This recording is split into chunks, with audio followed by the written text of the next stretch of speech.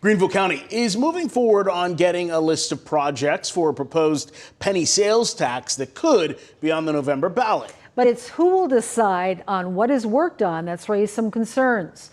Our Ray Urena joins us live in Greenville County with more. Ray?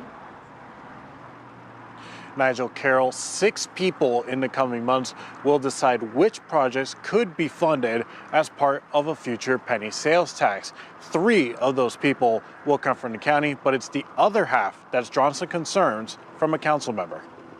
A newly created capital sales tax commission will decide which projects Greenville County can work on as part of a proposed penny sales tax to help fix roads. State law requires the city of Greenville to pick one person for the commission, which concerns Councilmember Benton Blunt.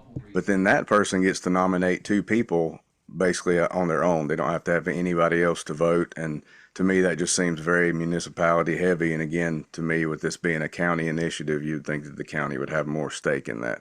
Councilmember Liz Seaman says she trusts the city's pick will have the county's best interest in mind. If you want to change state law, then we should think about changing state law. There are plenty of counties throughout the state that have used this method and this method of picking commissioners successfully over the years. The potential tax could add a penny to everyday purchases except for groceries, gas, and medicine, and bring in $131 million annually.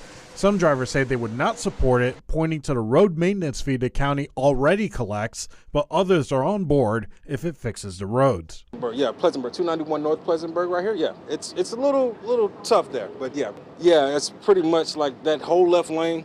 Yeah, you got to drive in the median, basically. So yeah, if they could fix that, that would be my number one issue there. Yeah. Blunt says he would support the penny sales tax if council passes a resolution stating the money would pay for only roads, bridges, and sidewalks. Seaman says council can make that happen. Ultimately, the citizens get to vote on this, and I'm very confident that they will vote what needs to be done. So I just want to make sure that for their well-being, before they go to the ballot box, that it is as tight as specific as possible.